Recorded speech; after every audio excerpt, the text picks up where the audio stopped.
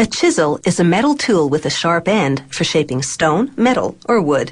You use your hand, a hammer, or a mallet to drive it in and cut. Although chisels date back to ancient Asia, today's factories use heat-treated steel and high-tech machines to make them stay sharper, longer. A wood chisel needs to be very sharp, especially for intricate carving. Making chisels starts when they insert a 5-meter-long bar of high-carbon steel in a mechanical press. The carbon lets them heat-treat the steel to give it a long-lasting edge. But first, the press cuts the bar into 22-centimeter-long rods.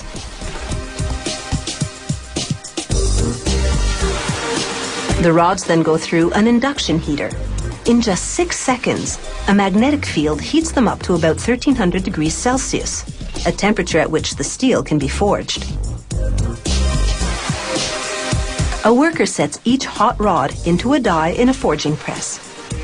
The die slams down, applying 700 tons of pressure. This produces what's called a forging, a rough shaping.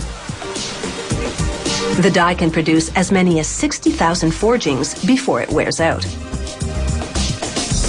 Each one goes into what's called a trimming press.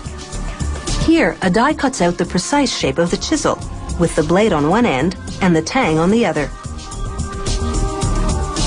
The tang later fits into a plastic or wooden handle, so you can comfortably grip the tool. The factory sends the excess metal out for recycling.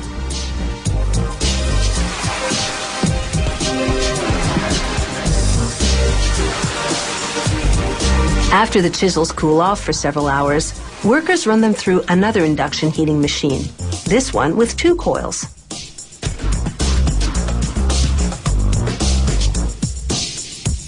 The first heats them to 760 degrees Celsius. Then warm water cools them down.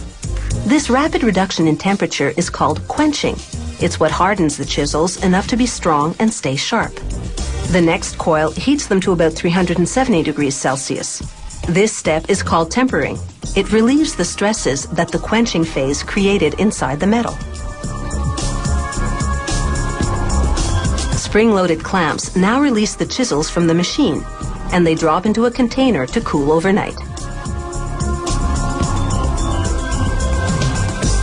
The next day, workers can start to polish and sharpen the chisels. That removes the metal discoloration the heat treating caused. To polish the barrels, the round area joining the blade and the tang, workers load the chisels into devices called chucks. These clamp the chisels securely by the blade as the barrels spin against a rough grit sanding wheel. After about 7 seconds of sanding, the blades are ready for polishing.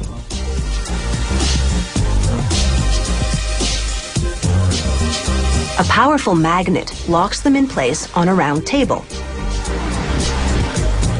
It rotates, running the blades against an abrasive grinding wheel. As water cools the metal, it also applies a rust-proofing chemical to the steel. This polishing cycle takes about 20 seconds. The highly polished finish is a key selling point. Now, to sharpen the blades. A worker loads the chisels into another machine. It moves the chisels back and forth against another grinding wheel. After about 5 minutes of this, the blades are razor sharp. Only the last centimeter of the chisel, sloping at a 22-degree angle, is the cutting edge. This factory uses pre-formed extruded plastic handles for its chisels. A hot metal die with raised lettering presses and melts a colored plastic ribbon into each handle. This imprints the company logo, the model size, and a reminder to wear safety goggles. The next machine puts a steel cap on top and forces the tang inside the hole. The cap reinforces the handle against hammer blows. The tang stays put because it's actually a bit bigger than the hole it goes into. In industry lingo, an interference fit.